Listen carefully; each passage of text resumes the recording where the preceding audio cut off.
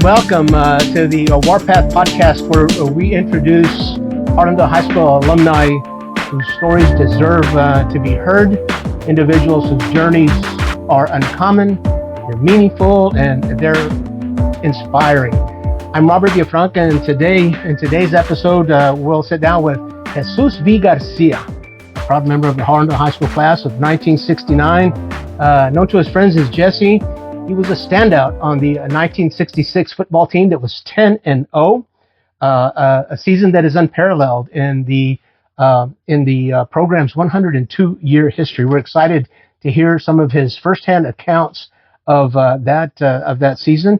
Beyond the football field, Jesse is a passionate enthusiast for Golden Oldies and an avid collector of early rock and roll vinyl and a true student of the genre. He's got some great stories to tell about some of his collection. We're looking forward to diving into that lifelong passion as well, and the stories behind the collection. And then perhaps most notably, Jesse has dedicated himself to preserving and promoting Harlandale pride, especially among those who have walked the halls and at Harlandale High School in the 1960s and the 1970s. His efforts to reconnect alumni and celebrate that shared history are nothing short of incredible. We're honored to have you here today, Jesse. Thank you for taking the time. Well, thank you. I'm ready to get going here. Let's go. We got some stories. Jesse's a great storyteller, and I'm really excited about this episode. Jesse, let's start off with that 10-0 season. And I know you've told us you've told me personally a lot of those stories, and they're wonderful stories for a historian and people who love Harlandale history. 10-0, let me just do some setup on it. It was the Harlandale Indians were 10-0 that year, undefeated in the regular season, something that hasn't been done in the 102-year program of that history. And there have been other teams. I took a few notes because I wanted to get this right. There are other teams that have won 10 games, but none of them have won 10 in a regular season. Even the regional champions of the 1940s exactly were not 10-0. Jesse, you did that in 1966. You were a sophomore. And again, just for background, you were a sophomore. Back then, the junior highs had 7th, 8th, and 9th grade. Right. So we're talking about the beginning of the season. You came over from South Cross Junior High and immediately made an impact on a historical team. Yeah. So tell us what that was like as a 9th grader, perhaps. How back in the day, Jess, was you couldn't have done spring training because you were at South Cross Junior High in the spring. So we were freshmen, yeah. Tell us about how you got incorporated into the varsity team. Well, somehow or the other, Robert, the coaches at the high school found out that there were some guys from South Cross that had been track players, football players, and basketball players, and real good athletes. So I'd like to venture that say that we were 15 years old at the time. So they used to come pick us up in a bus, take us to the high school when the big boys, the big guys were doing their spring training. And man, they started off with cross country, running stands, all kinds of drills. It was very impressive. I remember one time that we got there and we were in a cross country, Jesse and Mitchell and myself, and after the run, we came in first, second. Jesse Mitchell, Jesse and also myself, from South Cross Junior High, was there with us, and all of the guys said, "Who are these guys? Where did they come from?" Well, little did they know that we were going to be playing on the team, and you know what? Something special about it. Both Jesse and I were 15 years old through the entire season because I didn't turn 16 till November the 26th. And Jesse turned 16 on December the 12th. Mm-hmm. So the whole sophomores, and we had an opportunity to play with the big guys. I'm talking about Daniel Sosa, Pete McGarity, Richard Chavez, Pedro Chavez, Richard Rigney Mueller, Tony Cardenas. Oh my God, they were good, but something about that particular team, they were like a little bit short of some extra guys that might come in and be able to help the team become better. So we went through that spring training, and I remember to the day it was we're doing we're at Harlandale High School. It was in the morning, and they had asked me to run against the first team defense, and we were in the backfield. Okay. Were you already 10th graders, or were you still 9th graders when you were? Well, when we did the spring training, we were. It was a summer after. It had to be August. So you were still. Oh, it was August. Getting ready for your sophomore year. We were doing 2-a-days. Okay. And the coach asked me to run the ball, and the first team defense was they were on the field, and somehow or the other, they couldn't stop me. They just couldn't stop me. It got to the point where the coaches got upset, and they said, "Hey, field house." Everybody started running. I mean, they were perspired. They were sweating. It was one of those summer humid days. Right. So I was scared to death. So we all jumped, ran to the field house, and they had these mats along the side. Everybody was just sitting there.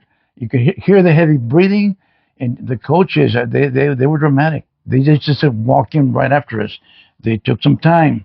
They were outside, and then all of a sudden you hear that door. The fieldhouse door opened up, and here comes Clint Humphreys and Corky Nelson. And you couldn't hear a pin drop. And he started saying, "Well, you guys had a bad practice. Got a sophomore here. Can't even stop him." I didn't know they were talking about me. He mentioned my name. But it was kind of like I was proud of it, but at the same time, I said, "Oh, I'm in trouble." These big guys. But anyway, he led off like a 5-10 minute speech and said, "There's only one guy on the team today that's doing anything." So he was kind of hitting on everybody. But anyway, he got through with that speech and he said, "Okay, we're going to give you guys one more chance. Let's get back out there." And things kind of got better, but I'll never forget that day. We had some fantastic coaches, and Clint Humphreys was the head coach. The head coach. And Corky Nelson, defensive coordinator. Oh my God! They were Coach Lesturgeon and the track coach. I forget his name, and Coach Brown, and they were like they were the type of coaches that had you prepared. I mean, they had everything you needed to know. And the thing about it was that it's unbelievable. We come to the very first game. We played Lanier at home. Lanier. And Paul Martinez was a senior fullback, and the year before he was a beast. Well, but let me jump in there just a little bit, because the 66 team, it was, again, unparalleled, but it was no surprise. The 65 team had won district and lost to Robert E. Lee in the first round. So there was high expectations for that team, and there were some hosses already on that team. As you said, maybe a couple of vacancies that needed to be filled after that graduation. But 1965 district champions, losing the first round to Robert E. Lee. 66 team coming up, high expectations. The Lanier game. Before we get there too far, I have seen clippings that say that it's the first game of the season. It's played at Harlandale High School, at the high school. At the original high school. The Memorial Stadium wasn't built for 2 more years, 1968. And the clippings claim there's 7,000 people in the stadium. And for reference, 8,000 is a pretty solid Frontier Bowl. And then it starts overflowing. So 7,000, if you can imagine the bleachers, and we have pictures on Warpath here and there of the bleachers. There were bleachers where they currently exist, but they were twice as high. Where the third hall was another set of bleachers. Exactly. But 7,000 people in game one. How did you feel coming out into that environment? Well, as you said, there were high expectations on that team. It was a kind of heavy senior-laden team. The guys had been juniors and sophomores. Now that we had seniors and juniors, that was a makeup of the team. And like I said, you just needed a little glitch here, a little glitch there to help the team go. But I was probably most likely highly tensed. You're scared like anything else. But once the game starts, you forget about that and you keep going. But it's just the the stomach kind of churns and you just want to start getting ready for the game. The bleachers had to be full. 7,000 was an overflow. Probably. One thing about it is you could see that the lighting was right on the football field, and you could just hear. I remember that. You could hear the crowd. They were just yelling, man. What memory Jesse just brought back to me was the poles were on the football field, so the football field was lit. Yeah. The bleachers were not. No, They were kind of dark behind it. Yeah. Yes, I remember that. But it was crowded, and it was Friday night glory, and like I said, it was Lanier. And that week before, the senior fullback Chino Paul Martinez, fantastic football player, had got sick. He had a knee injury. Oh. So the coaches had told me, "Hey, you're gonna start fullback." So okay, so we got the game started, and we won. We were fortunate. We had a good game, and that was the first time as a varsity player, 15 years young. I had 99 carries. No, not 99 yards. 13 carries. 99 yards. 99 yards on 13 carries. Wow. Yeah. And that was the beginning of the season. 8-0 a shutout. 8-0. Jesse, for your own personal experience, I know that by the end of that season, you were playing on offense and defense. Well, I got to play both ways. From the very first of the season? Offense, defense. Linebacker, fullback. Goal line defense, you name it. Specialty teams. Everything. 15 years old. 15 years old. Mm-hmm. But I tell you what, I'm so proud of those guys. They just took us in because they kind of knew that these guys are going to help. It was a certain level of respect. In a way or so, Mm-hmm. yeah. And you, along with Jesse Mitchell, was also by the end of the season was in the backfield. Yeah, he started playing halfback. Mm-hmm. Yeah, he had an initial ankle injury, foot injury, mm-hmm. and it took maybe 3-4 weeks, and then I remember we'll talk about that game in Burbank where he exploded. He just took off, and mm-hmm. We had a couple of plays where the fullback and the halfback were right there, and when we took off, the fullback and the other halfback would go straight at the linebacker because that hole would open, and that linebacker would plug in that hole, mm-hmm. and bam, he was just like going back. And Jesse said, "Do I want to go left or do I want to go right?" And man, he was gone. He had good speed, and he had the ability to run with that ball. Mm-hmm. You had, and so with that 66 team, there were a couple of sophomores that came over from South Cross Junior High, now Leal Middle School, of course, but back in the day it was South Cross Junior High. There were also a few sophomores that came over from Harlandale Middle. Yes. Name some of the sophomores that contributed to that team. Okay, the other sophomores from South Cross. From Harlandale, the other sophomores. Let's start with South Cross. We'll start with David Estrada, your brother-in-law Richard Reynosa. Mm-hmm. And then we had David Medina from the Harlandale Middle side. We had Bill Barda. And let's see, there was one more. I'm trying to remember who it was. Right offhand, let me see. I got a picture up there. We got it right here. There's Richard Reynosa, Bill Barda, David Medina, Joe Cardaway. Joe Cardaway. Huh? Mm-hmm. Yeah. Okay. All right. So that the 66 team had fair contribution of sophomores. Yes. And so Jesse, you get us through. It's a first shutout that season. Harlandale had 6 shutouts in 10 games, so 10-0, and in those 10 wins, 6 shutouts. The good thing about Harlandale and the history behind it, all Harlandale teams have always had defense. Mm-hmm. They could stop. Mm-hmm. Maybe we couldn't run all the time, but when it came to defense, mm-hmm. we could stop people. And there were some very strong defensive teams that we played against, but we shared our load because we could stop people, and even though it was the score was low, we were on top because of our defense. I had to take some of these notes. 8-0, 13-0 against Edgewood, 6-0 about Fox Tech. I want to come back to that one. 16-0 against McCollum. We're going to talk a little bit about that. 16-0 against Marshall. But if again, I can't help but add my own footnotes. I came through those halls a little bit after you did. I'm wearing my class shirt, 77. And it was a tradition for many years. You talk about defense. It was a tradition for many years that the offense would get on one bus, the defense would get on another bus. But you know what bus went first?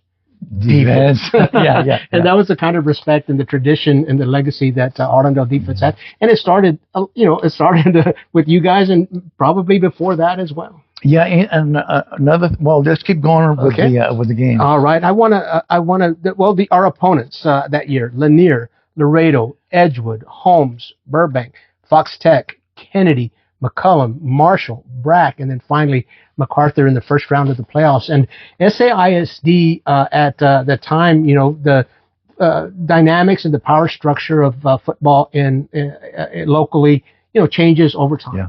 But we're talking about some strong state level, certainly city championship level teams playing in SAI. Jefferson wasn't too far removed from a state championship. Right. I beg your pardon. Brack was not too far. Lanier and Fox Tech would still play for city championships years after this. So it was a stout. I mean, you're talking about a stout schedule. Yeah. And, the one game that stands out in my memory, and it's probably because one reason is that you have an iconic photo. It's Fox Tech. Where was that game played? That game was at Page Field. Yes, uh-huh. Yeah. It was a junior high field. Right. And when we got there, when we sat down, and you look back, maybe 10, 15 feet back, were the stands, and the people right behind us. There was a chain link fence right there. Yeah. Yes. Uh-huh. That was Page Field, and man, what a game. That was intimidating as well. Again, my small footnote to that is I had the good fortune of having a dad that was a Harlandale football fan, and I attended all the games. I attended all the games. I remember that one at Page. That was a 6-0 win. Let me count real quick. 1, 2, 3, 4, 5, 5-0 going into the game. Yeah. And it was close. And there was one play, and I hope that you share that photo so I can share that with our community here. Yeah. There was one play that kind of sealed the deal. Tell us about that. It's a short story. Fox Tech had one bad defense, and you can tell by the score. And before we scored, they had been inside our 23 times. Wow. Talk about Harlandale defense. We stopped them. And then I think it was the third quarter, towards the end of the third quarter, and most fullbacks don't get passes, okay? But anyway, there was a play, and Brand, my move, about 17 yards down the field, the ball was, my hands were like this, Robert, and the football had not touched my fingers yet, but you could see it was coming down, and you could tell, did he catch it or he did not catch it? Well, anyway, I caught it, and I went out of bounds at the 1 yard line. Paul Martinez, senior fullback, was now playing a first team fullback. He scored the touchdown. And the coaches always wanted to go for the extra 2 points. So we went for 2 points, but Fox Tech, they blocked the pass. Robert, we walked out of Page Field 6-0 on a perfect way to a 10-0 season. I call it the catch. I was just lucky to have been, they called the play, I caught the ball, and we won the game. I would say, I would call it the catch too in Harlandale history. It was Randy Moss before there was Randy Moss. It was Jesse Garcia, fullback route, fingertip grab. And it's a blessing, Robert, because in that game, you have the news from the local newspapers, right. And to have been there at that play, at that time, at that moment, and to have caught. It's a beautiful picture. We're sharing it. I'm up in the air, 15 years young, and I catch a ball, and somebody's there to take that picture. Absolutely. It's unbelievable. It was to grab that, to capture that moment. Yeah, I agree with you. That's just incredible that occurred. So 6-0 after Fox Tech, and then there's a game. There's Kennedy, and then McCullum. This is 1966. McCullum started playing varsity football in 1964. Yeah. So this was Frontier Bowl number 3. Harlandale had won the first 2, and this was the 3rd Frontier Bowl. But it's game 8. It's not game 10 as we are accustomed to the Frontier Bowl being played.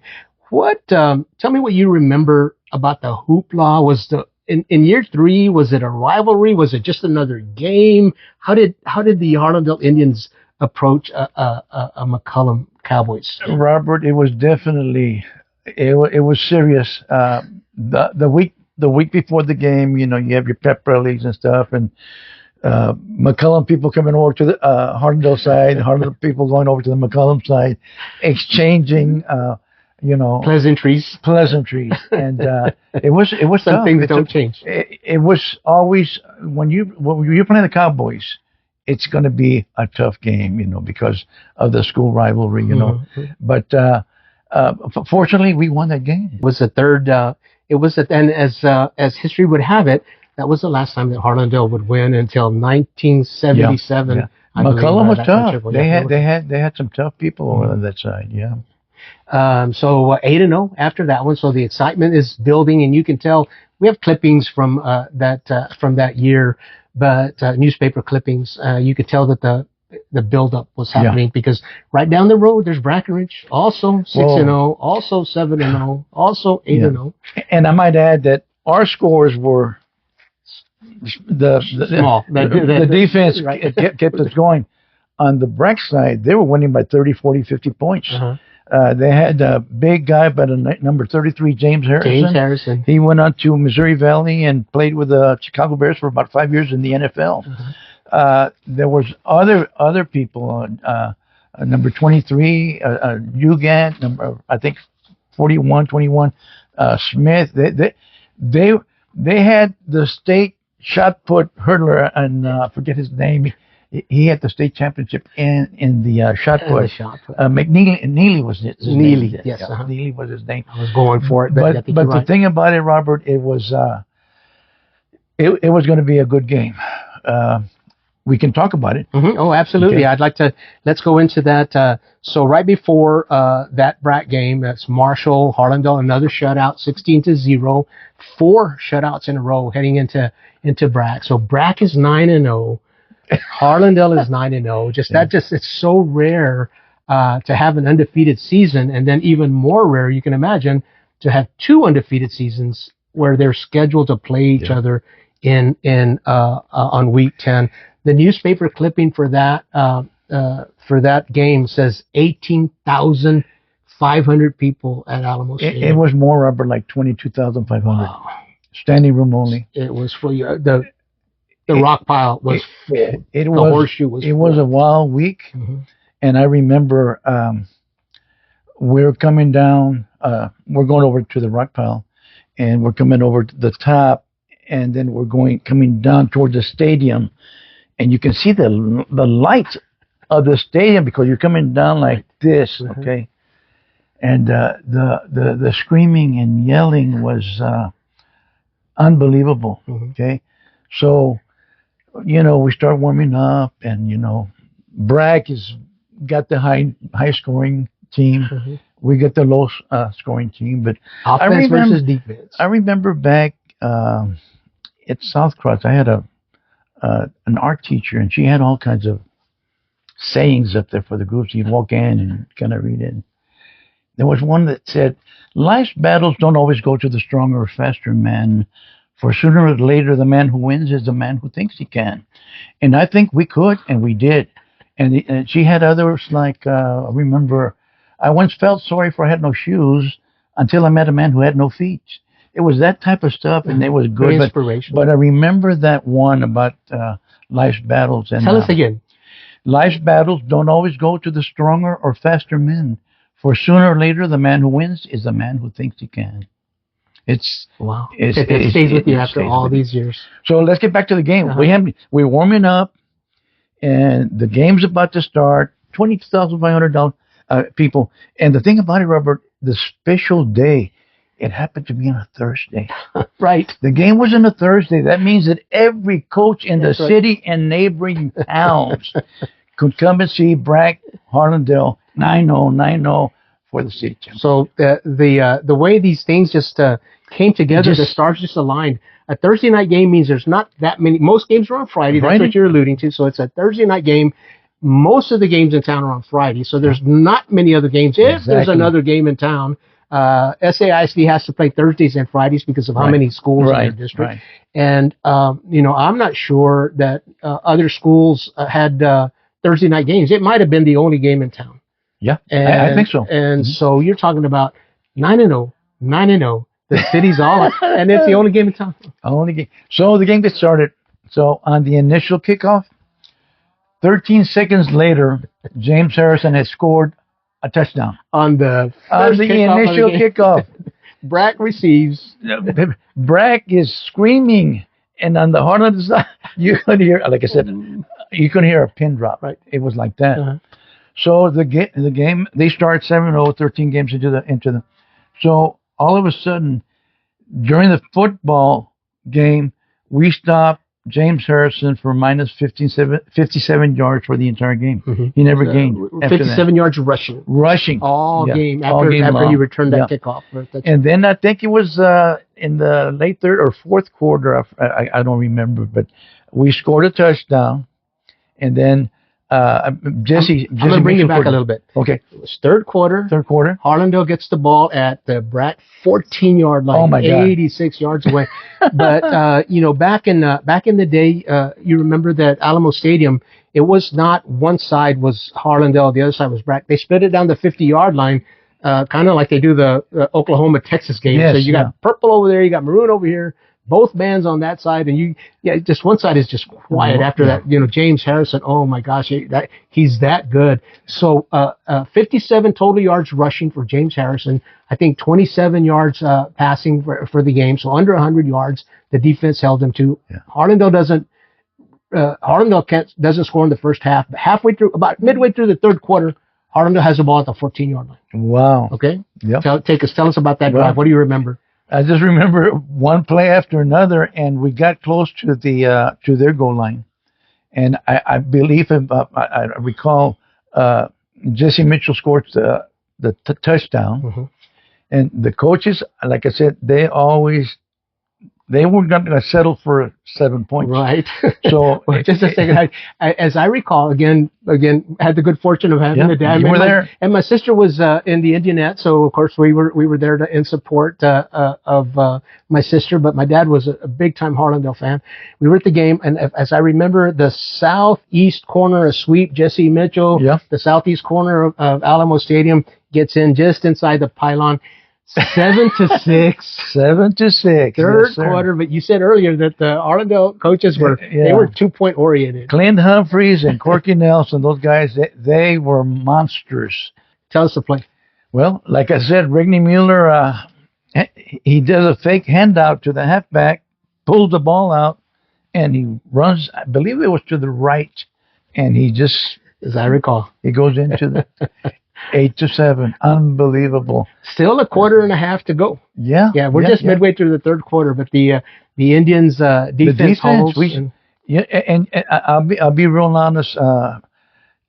Breckenridge was a highly more gifted team with speed, weight, muscle, and power. Well, they had a future NFL player. If nothing else, they had several people that went on to play college, but it was.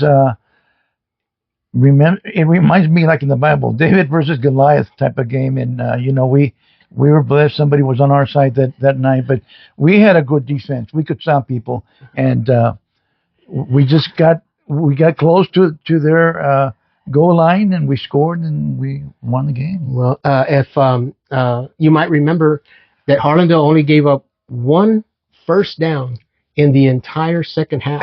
So you talk about a lockdown defense. Brack achieved one first down in the entire second half. I might add that after the game, that was Thursday, so we had to go to school Friday morning. Mm-hmm. We get to school, and we're in the field house, and something's different. We had a principal in Douglas L. Sheedy. He used to wear the headband all day, from pep rally all the way to the end of the game. To the end of the day. And I don't know how he put it together, but the football team, the band, the dance team, the school, they all went outside and they marched around the block, all the way around. It was something that I had never experienced in my life. Uh-huh. That not one kid left the bill. I mean, they were out, but they all came back. It was, everybody was so proud of what just happened the night before. It was a special celebration that I'll never forget. What a moment. Yeah. Jess, thank you. Thank you for sharing that with us. And again, as we said before we started, the only team in Harlandale's Harlandale football's 102-year history to have ever finished the season undefeated at 10-0. Some regional championships in the 1940s. Tobin Road, Virgil Tobe. I mean, some regional championships, professional players. But you can say that even those teams did not finish the season. I took some notes real quick. 8-8 in 1941, 8 wins against a tie. In 1944, 9 wins against a loss.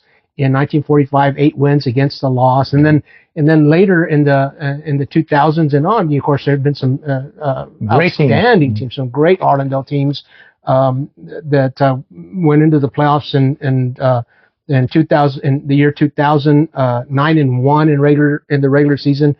That was Toby Carote's quarterback that year. John Solano came around in 2005, 9-1 in the regular season. They won. Then Brandon Ramon took the Indians to the third round of the playoffs, but even that team was 8-2 never got that 10-0. 102 seasons, so that's special. Well, very special in the history, like you said, 102 years of football at Harlandale. We're the only ones with a 10-0, and we celebrated. I think it was the 50th anniversary night. Mm-hmm. We got some pictures that you're going to show. Right. Of it was against Central Catholic. Yep. And Harlandale won that in the last in overtime, I believe. Another barn burner. Yeah. And the 66 team that was there But we had some very special members of the team that came from out of town, Pete McGarity and other guys that they were there, and we had a great celebration, and we thank the Harlandale district for recognizing us at that game. That's awesome. That's awesome. Well, the 10-0 season, as we can tell it here on the Warpath Podcast. Thank you. We're going to come back right after this segment. We want Jesse to tell us about, his love for my hobby, your hobby, your passion for Golden Oldies, and we'll come back and we'll do that segment. Thank you for joining us. And we welcome you back to the second part of this episode, our visit with Jesus V. Garcia, a proud member of the Harlandale High School Class of 1969. In this segment, he's going to take us through the nostalgic vault and talk to us a little bit about his passion. Okay. My passion, Robert, started way back when I was in junior high. I was an altar boy at Our Lady of the Angels Catholic Church at 1214 Stonewall, and we were altar boys. So before the meetings, altar boy meetings, we'd get there early, and if the season was football, we'd be playing football. If it was basketball, we'd be playing basketball. Even if it wasn't the season, we were still playing basketball. But anyway, we would have our meetings, and on the way home, we'd go by my mentor in John Edward de la Rosa. We call him Ferocious. That was his nickname, but he was the most gentlest man you could ever be a friend of. But anyway, we would stop on Keats and Huron, where his parents lived, and we would always stop there, and the parents were so generous. They'd make us breakfast, and then we'd go over to Eddie's room, and Eddie had this turntable, and he had stacks of vinyl 7-inch and 78-inch records, and he would play them. And man, when I walked in there, I just had a different feeling about the whole system. And he actually got me into collecting my own local, national music that I've collected. I started with a few. Now I have over 10,000 45s, over 10,000 LPs, thousands and thousands of CDs. And on top of that, I've been able to interview musicians. I've got maybe over 100 interviews of local musicians, everything from their parents' names, where they, what schools they went, when they were born, and then all about music. And I've had a special privilege with the Tejano Roots Hall of Fame in Alice, Texas. I've been able to nominate maybe like 50 musicians that have become members of the Tejano Roots Hall of Fame in Alice, Texas, and all because not me, but because of their achievements. And I said I've got a lot of CDs, but let's come on over All this right. way, Hey, Robert. hey, Jesse, before we go there, I would like to mention that here recently, I'm gonna make the years pass for me, but you're also you collaborate with Henry Pena on a Golden Oldies show on Queda, 6 p.m. every Sunday, Yeah. and it's of course that's recorded and uploaded online. SA Golden Oldies, you can find those there. Tell us just a little bit before we get into the vault Okay. about your collaboration with Henry Pena. I've been working with Henry Pepsi Pena for the last, with the radio show, at least going on 11 years on September the 6th of this coming year here. We have done over 523-hour shows, going all the way back to 2016. And can you imagine over 520 shows, 3-hour shows? Wow. And it all starts here, Robert. Mhm. Every Monday, Henry Pepsi Pena comes to my house, and he comes with an empty tablet, and he says, "Well, what do you feel like playing today?" So we just start messing around, and we come up with a total of 48 songs, because we play about 48 songs in a 3-hour span. And we go on Wednesdays and we go record the show. It's pre-recorded, but when you listen to the show on Sundays from 6 to 9 p.m. when the world changes to the SA Oldies, it sounds like it's real, it's on time, and it's pre-recorded. And we have many affiliates. The 3-hour show goes to Florida, Detroit, Chicago, California, Washington State, all over Texas. And where do you find that on your radio dial? On here in the town? radio dial would be under Queda, KEDH, 99.9 FM and 1540 AM. Or also, 1540. 1540. That's the only time the KEDA plays English music, okay? Because Henry has a show on Tuesday with Gonzaga, and he does his Tejano Soul on Sundays from 3 to 6, and then from 6 to 9 we jump onto the SA Oldies All right. show. I might also add that you can find the radio show on your phones at SA, like San Antonio, saoldies.com. When you get to that, hit saoldies.com, and the logo will come out. Hit the logo, and you'll hear show after show after show, 24/7. It'll never stop. Then on Sundays at 6 p.m., we start the new show. So that's the way we got started. Henry's a real good friend of mine, and I call him Last Man Standing because he came from Kingsville, Texas, 1963. His father worked at Kelly, and instead of commuting back and forth, he says, come on, we're all coming to San Antonio. And that was the beginning of Henry Pena's journey to the music business. But I might say that Red Alvarado, which is related to Richard Reynosa, your brother-in-law, was responsible for meeting Henry Pena at summer school one day, took him over his under his wings, and took him to the first dance at the Municipal Auditorium. And when he walked in there, there was over 3,000 unsupervised kids, okay, at a dance. And he walks up to the main area, the stage floor, and there was Jesse Vallado from Little Jesse and the Teardrops, and he was doing the MC. And Henry says to himself, I can do that, and he did. And then he becomes a DJ, disc jockey, has his own band, and he's still doing it after some 60 years. And a TV show, as I recall, in the 70s. In 1970, he had the on KWX Channel 41.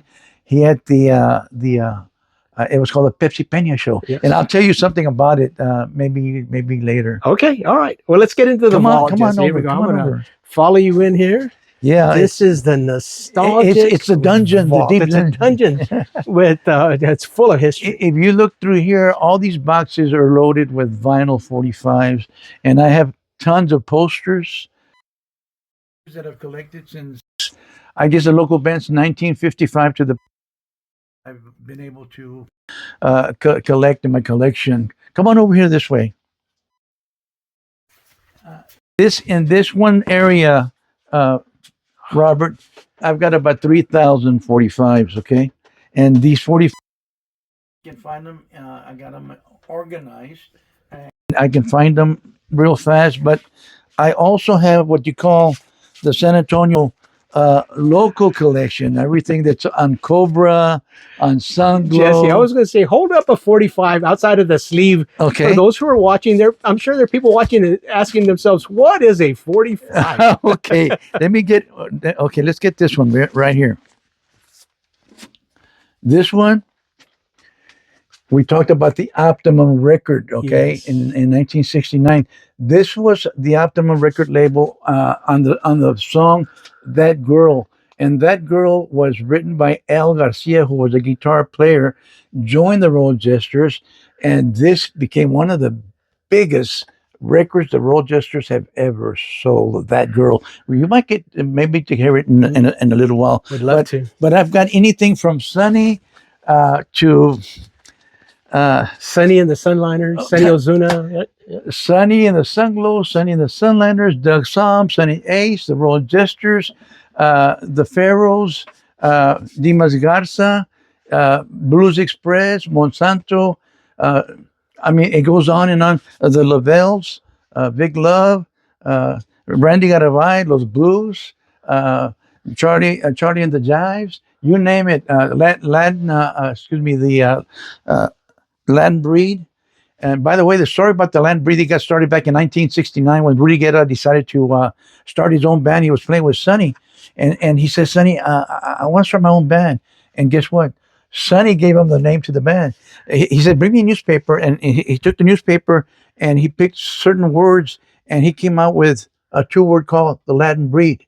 And Rudy Guerra says, "I want that one." That's a good one. And Sonny says, he didn't even pay me for me giving it years later. And he's only joshing, he's only kidding. But I mean, there's so much history that I've been able to amass. And Robert, I've been fortunate. I've been able to help 1, 2, 3 guys. Francisco Orozco from Washington State. He came to my house 5 times.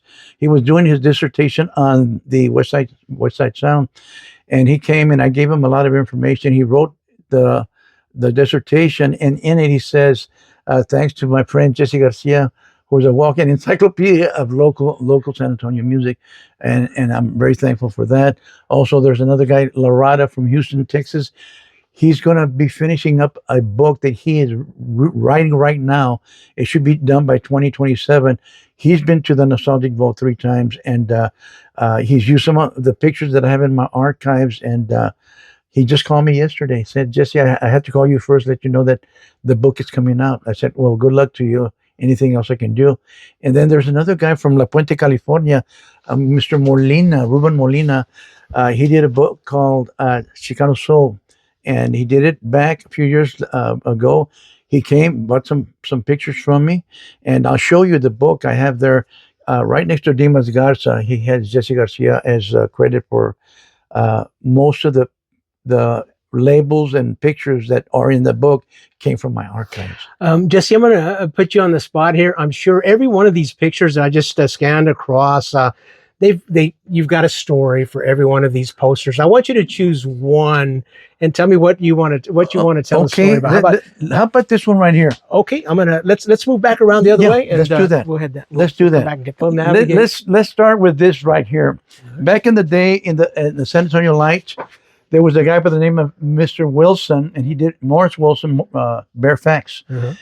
And this fact was something about South Cross Junior High, and it says, "New talent department, Chris Bravo," that used to be Joe Bravo's brother, 562 Harland on the south side, reports combos participating in the Friday night show and dance at the South Cross Junior High School. And it's going to include Little Joe and the Harlems, Sonny and the Sunglows, Doug Somm and the Marquets, Little Henry and the Leveres, the Del Kings, the Monarchs, and Ambrose Alcorceta and the Royal Bops. A total of 8 bands, one night junior high band. And this was at South Cross, and the date was January the 1st, 1961. That's just one. Now, another quick story is this one right here. Everybody knows Sonny as Sonny and the Sunglows, Sonny and the Sunliners. Well, this is the Galaxies. Before Sonny became a Sunglow or a Sunliner, he had a 6-man vocal group called the Galaxies. And these guys, one guy came from La Salle, one from Bragg, most of them were from Burbank, PVS Senor and them. And this picture was taken at a October Halloween talent show at Burbank High School, and there was like a contest of local bands, and Sonny got first place with this group. Wow. And this picture was taken either by the mother or the daughter of Manuel Ornelas. Very rare picture, but a very beautiful of Sonny Ozuna. Now, the thing about Sonny and the Sunglows, how did they get the name Sonny and the Sunglows? Well, when Sonny was a baby, he was real white and he looked like a bunny. He was as white as a bunny rabbit. So his nickname, even in the Burbank Freshman Annual, has him down as Bunny Ozuna. and then they were on the way to Houston, and there was this big advertisement sign that says Sunglow Feet Store.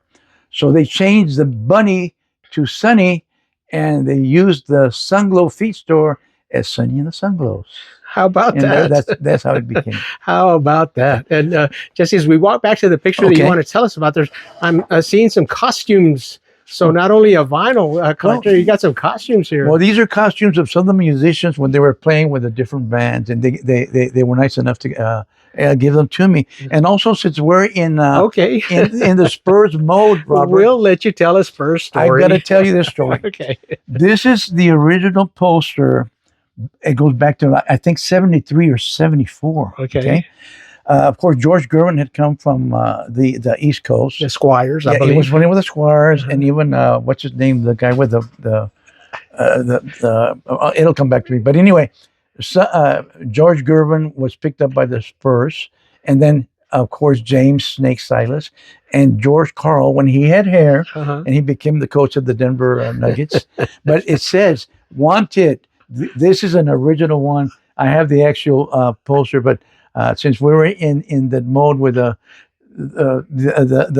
Spurs playing tonight against the Trailblazers, we might be able to close it down. All right, we'll allow you one Spurs story. And, how about this jacket? Oh my goodness. Okay, this is one of only 7 jackets in existence. When we started the SAOD show, Henry, we got leather jackets with a Patio en la Luz logo. And the San Antonio, over 10,000 stitches just in this. My goodness. And hey, then, Jesse, while we're showing jackets, we can't go by. There's another jacket. Okay. You see that one? That's the oldies. Okay. There's one more jacket. We got to hold up. One more jacket. The previous segment, we talked about that 10-0 team, 66. Okay. There it is. Here's a classic. How about that? Number 37. Number 37. Jesse Garcia. And back there, UIL, you couldn't have a jacket awarded as a sophomore, but I did get 2 jackets, junior and senior, and they would give you a sweater with the letter on it. So, and it still fits. That's after 56 years. So, all right. So we're there. You're in plain shape. Let's get. All right. Let's get back here. This is a story Jesse wants to tell. Let's get right here. All right. This is Roman Navaida. I lived at 1260 Vermont. He lived across the street on Vermont, and he had a band called the Silvertones. And I was telling you early, the Silvertone was a guitar amplifier that Sears and Roebuck had just come out in the 1960s with. So that I know of, there's at least 2 other bands in San Antonio that call themselves the Silvertones. But the thing about this picture, Roman was my neighbor, but this guy right here, Jesse Reyes, played saxophone, and this guy was Charlie McBurney. Charlie lived in the Humboldt, Fitch, Zarzamora area, and I remember when I used to go over to my friend Raymond Ramirez and Freddie Ramirez's house. Early in the morning, he was practicing in his room, and you could hear him playing the trumpet, but this is a rare picture because it's him playing the saxophone. Let me see if I get it closer. We get some glare on that. The saxophone instead of the trumpet. There he is. All right. The Silvertones. The Silvertones. And then let's see. How about this one? All right. This one right here. We haven't talked about my photography, but I take pictures all over the place. Okay. But this particular picture, this way or. It was taken on August 17th, 2017, up on the 7th floor at Southwest, or now it's Texas State, okay? But when I was going, there was Southwest Texas State. So Ramon Hernandez, a great archivist, was doing a 100-year history salute to Tejano Conjunto music. So I've got my camera everywhere I go. Everybody was there that you can mention. Ruben Ramos, Sonny, John. I mean, almost any musician that's still alive was there. And they were moving to the next room of the archives that we're having when Little Joe walks in. And Sonny was standing there. I had my camera, and Little Joe goes directly straight to Sonny, and he gives him a big kiss. Can you see it? This picture, Robert, is the only picture that was ever taken at that day of two giants. Texas legends. Little Joe coming out of Temple, Sonny coming out of San Antonio. They both had bands. They both were vocalists, and they're probably the number 1, 2 musicians of all time since back in the 1950s, 56. What a moment. Jesse, So you've been... I captured that moment. You've been a part of so many moments. This is Jesse Garcia. In this segment, we're talking about his love for Golden Oldies, and we're gonna come. We got time for one more. Okay, this is. We need to make this a series. We need to just come back whenever here and you talk want about to. This is Ruben Molina, who wrote the book Chicano Soul. Oh, yes, okay. And if you look in here, this picture is a picture that was in my. The picture here is in my archives. Okay. And right over here, next to Dimas Garza, he put my name down. He credited my name next to Dimas Garza. Right here it says Jesse Garcia. There you go. So that was nice. He finished the book. He's in his second print out of Texas Tech. Very nice. And it's a fantastic cover of Chicano Soul bands. Very good. Well, we're and also, I want to. I don't mean to cut you off, Jess. Go ahead. I want to just quickly show you a couple of pictures. There was a girl that I met from Lanier High School, okay? And something about when you went to the dances, there was always a flyer, right? Of the band that was playing the following week.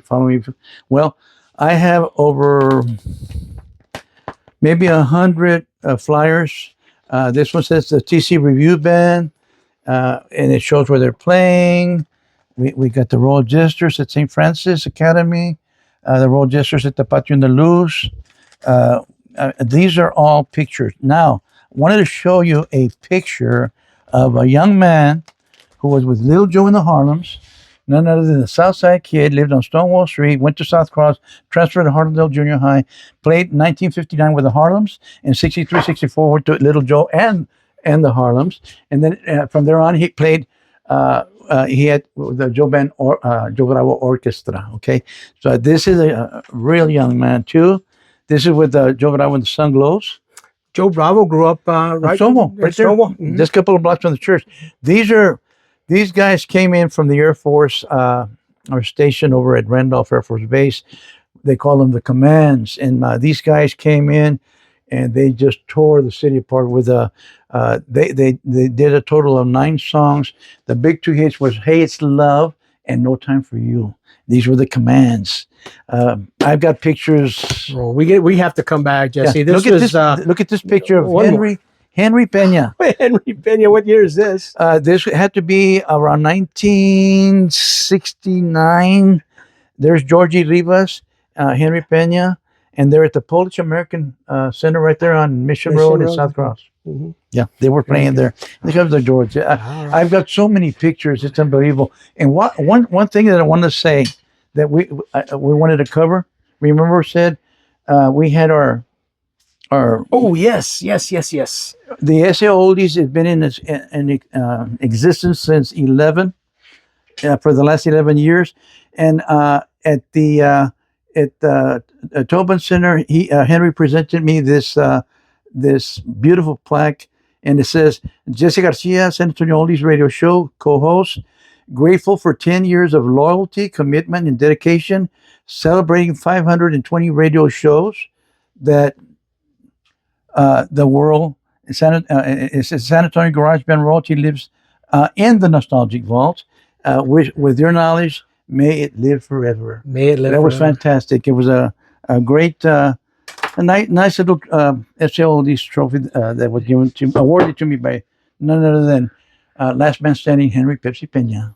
Jesse, you deserve that and more. Well, thank you for your time. We're going to conclude this segment, yeah. Jess, and then we're going to move to our third segment, which is you're going to visit with us about your reconnecting with alumni. Thank you for joining us here on the Warpath Podcast. We'll be right back. And once again, thank you for joining us here on this Warpath Podcast. We're visiting with Jesse Garcia, who's got so many stories to tell. And in our final segment, we're going to visit with Jesse about his efforts to keep alumni connected. He's doing some incredible things there. Some of you may have heard of a breakfast that he hosts along with his wife and your twin sister, Mary. And so you get some help there, but I think you're the force behind it. And it's Agave the last Friday of every month. And that's the main one, but that's not the only one that you do. And this is something that I think that you help reconnect alumni with each other and share a pride that is Harlandale pride.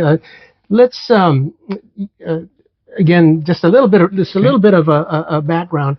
You'll have mental health experts in these days. If I may go off on a tangent a little bit, they talk about maybe the hazards of social media is that we think we're connected, but we really aren't. And many mental health experts will argue that a physical connection is important, along with texting or FaceTiming and so forth. And Jesse, if anyone manifests that in better than you do, I'm unaware, and you're doing that for the Harlandale community, mostly the classes that walk the hall, 1960s, 1970s. But let's start with a breakfast that you host along with your twin sister Mary, with your wife Belinda as well, and others who help you. Last Friday of every month at Agave Restaurant right there on Pleasanton Road. I think it's still Pleasanton, not yet Morrison. Right. Pleasanton Road. And across the street from the precinct offices, Agave Restaurant. Tell us about that. Tell us the history of that, how you got started with that. Well, let's go back to, it was about 2013. A group of South Cross Apaches just decided, hey, let's go have breakfast. So we started at Judy's right off of 410 in Roosevelt. And we started with about 5 or 6 guys. And then all of a sudden it went up to like 21, 22, 25 guys. Judy's couldn't hold us there. So we went to the Agave and we asked them. And since about 2014, every last Friday of the month, when we get there, they're ready for us. We've had as many as over 200 Indians at the restaurant, but it started with guys only. And then I think it was my sister, and says, hey, well, what about the girls? What about them? Yeah. And I said, well, what about them? Yeah. So we started inviting the girls too. So then when it really started to multiply, so on any given last Friday of the month, I don't even have to advertise it, but people just show up. So you have Harlandale Indians from 1959, 60, 61, 63, 64, all the way up to even to present day. And it's very exciting because it's a fellowship. We celebrate breakfast, and you can feel the energy in the room, Robert. They want to be there. And that's one thing about the Harlandale community. If it's sports or academics, anything that has to do with the community and Harlandale High School, you always have those group of people that are interested. And I think that the breakfast itself, you get out, and as you said, you get away from the Facebook stuff and everything else, and you're there live and in person, and you see the faces of love and friendship, camaraderie. And then I added Melissa Serna, who's a graduate from Harlandale 2005, MS and Associates. They've got their office there on South Cross and South Flores. And she pays for all the drinks and all the coffee. If you have 200 people there or 100 people there, she's doing that. Melissa Serna, class of 2005. Her son just recently graduated, and quite a basketball player. Great basketball player. Love the guy. And then to add to that, through Melissa and through Henry, Pepsi Pena. She asked me if we could have Gonzaba there. And Mr. Bill Gonzaba had been active for over 60 plus years. Como Familia is his deal. They've practically taken over Pleasanton Road from the seafood all the way. It's a medical center. Yeah, it's a medical center. Mm-hmm. And then they got a total of 8 facilities on Culebra. There's a new one over here on the east side of town. They're doing a fantastic job, and with my camera, I take pictures of all over where we go. But what they do is they come in, and I usually before I get there, Robert, it's almost half full. And so breakfast the program starts at 8. Program at 8, but you get there at 7. I get there at 7, and half of the restaurant is already full. And most people that are there all the time don't show up till about 10 because we take over. We take over the rest, and we leave by about 10 o'clock. And then, of course, but we also have Gonzaba, and they give out 15 gifts. Belinda always gives out a red ticket as you come door in. Prizes. It's a door prize, and then I give out free CDs, and then Melissa takes care of the drinks and coffee. Gonzaba gives out gifts, and sometimes we have other generous people there that give us gift certificates to H-E-B or Dunkin' Donuts, and we give that all the way as door prizes. And people love it. Gonzaba, the representative from Gonzaba, sharing some very important health tips, and that's why giving some information. That was the reason that I decided to, because we're all baby boomers, okay, and we're a lot of us that are there are in our 70s, and but we have young people too from Harlandale. But it's kind of like a free thing. They get advice. They have a problem, right there and then. You don't have to get on the phone. Melissa's right there. Melissa's an expert she's with Medicare, licensed Medicare agent, professional agent, and her husband. And so she's there also to. As you said, free coffee and drinks, but she also will have a short presentation, and she's there to answer questions if you have any questions regarding your Medicare benefits or how that she's works. Helped me. She's helped my sister. I mean, everybody, they just go up to her. And I mean, that's what you need. Sometimes you get on the phone and it's always like you got to talk to about 10 different programs before you get to speak to an active person, you know. But anyway, that's what's going on. We enjoy it. I kind of inherited it, so I'm blessed. I've only missed one time, and that's when my grandson was playing the state championship for basketball with St. Anthony's in Waco. That I missed, but Mary took over. The twin. Mary, your twin sister, who was, we're going to have her on one of our future segments, and some of her teammates. Mary was a volleyball player on Harlandale's 1968 state championship team. And speaking of Mary, I've been to a few of the breakfasts. I can't make it regularly, but I've been to a few, and on occasion, Mary brings quilts as well. Oh, yes. And these something quilts very special. Mary belongs to the Quilt of Honors. And it's a group of ladies that it takes, Robert, from start to finish, minimum 40 hours to make one blanket. They've made almost 2,500 blankets, okay? And what they do is there's a one-page form if you're an active duty member of the armed forces or was or were. You fill it out, and a couple of months later, we'll call them and we present the blankets. Excuse me. And so, what an honor! What an honor! These are Harlandale alums who are veterans. A lot of them are Harlandale alums, and not necessarily Harlandale. Not necessarily. Sometimes anybody that walks in, maybe a family member of a recommended by somebody that's there. But you know what? It's an honor, and when you take the pictures, and I'll post. I'll give you some. You can post. But when you see the face of a war veteran, and he receives something so small, but to them it's so precious. It has their name, their rank.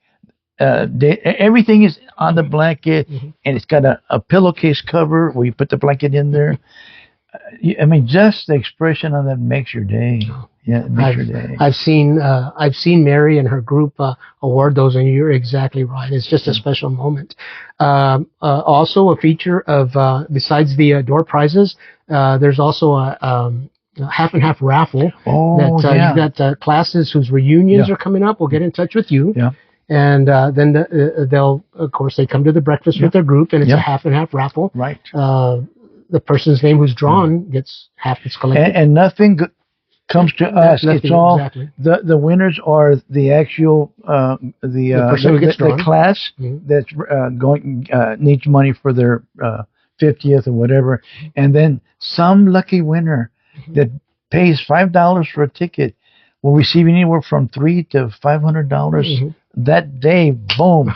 And that, it's something good because it helps out the class reunions, and then some lucky winner gets to go home with some extra money. Well, if the lucky winner gets $300 to $500, and the class does as well. And anybody who's tried to put together a reunion, fundraising and so forth, and it's a quick way to get a chunk like that. So that's also a great thing. But Jess, that agave breakfast is not the only one that you're a part of. You have other smaller breakfasts that you've kept people connected with. Yeah, one of them is the actual group of the South Cross Apaches. We were all 12 years old back in 1962, 63, and we have over 20 that meet once a month at another restaurant or agave, and we just celebrate. We're right time, right place. We have a chance to. We weren't even teenagers yet when we met, and now we're in our late 75, 76 years young, and it's a feeling and it's a blessing that we're still around, enjoying life and enjoying. So again, just to bring that back a little bit. Junior high, you were in junior high when you met, or this is a junior high group, 7th grade, 8th grade 12 class, years old. 12 years old from 1962. I mean, do the math. 38 plus 26, whatever, 50, 64 years. And you're still gathering. We still gather. It's not like once a year. No, we still gather. It's every month. Yeah. And that, like I call it right time, right place. It's just a meeting of the guys, and it's so nice to see them because we go back and we bring back the oldies, and there's nothing better than to remember a time, and now we're still here. It's a blessing. It's a blessing. And Mary has done the same thing with women alumni. She's got like 30 girls that from all classes, and they rotate. They go to some real nice restaurants, and anybody that has a birthday, they celebrate, and you can see the happy faces, and you know what, Robert? That's what life's all about. A communion of friends gathering and spreading love and friendship. It's what it's all about. What it's all about. And credit to you, Jesse, Belinda, your wife, Mary, your sister, and the others who have helped you do this with different groups. And we always talk about Harlandale pride and how much pride we have in our community and our roots. And I think that you give us an opportunity to share that, and just credit to you for that. That's a lot of work. So many people have either called me or text me or you on the Facebook. Thank you for all the hard work you and Belinda doing. And I say, it's a blessing and it's a pleasure because he's the one that's got me here. I have nothing to do with it. I'll gladly do it. And you sow the seed, you sow the love, you sow the friendship. And just to see the faces, and I every time we start, we welcome them. We have a little prayer for breakfast, and we continue our journey. The last Friday of every month at Agave Restaurant, I can assure you that it's a regular event, and if you haven't been to one before, you should certainly make plans to make the next one in May. And you've met. I know that it's been like the day after Christmas, or the day, of course, Friday after Thanksgiving. We still have. We still meet because I hate to make changes because it kind of just messes everything. Disrupts the routine. I said, if you can make it, they make it, and they make it. It's a way to get away from turkey and stuff. Right. The day after Thanksgiving, and we'll get and they give good tacos and breakfast how they serve. And the same thing with Christmas or New Year's. Let's start the new year with the Indians. Yeah. Wow. And I call it it's the Harlandale Indians powwow and breakfast, because it is a powwow. It is, and it's a great event, and you certainly need to put that on your bucket list and attend that. So, again, this is a Warpath podcast. I'm Robert Villafranca, visiting with Jesse Garcia, class of 1969. Jesse, you've got some great stories to tell. We might have to come back for another episode. Jesse's got so many stories. You're welcome. Anytime. Oh, man. Jesse, thank you so much for taking the time. It's my pleasure, bro. Oh, no, mine. And I thank you for what you're doing. You're keeping the history alive. Well, and there's so many people from Harlandale that have really gone on, taken off. And yes. We don't know what they're really doing. They're people that are in business. And people like you. In the restaurant business, doctors, dentists, they're all over. Well, we love telling the stories, and we really appreciate you joining us. When we tell these stories, Jesse Garcia, class of 1969, the pleasure is mine, Jesse. Thank you, Robert. Thank you for joining us. So long.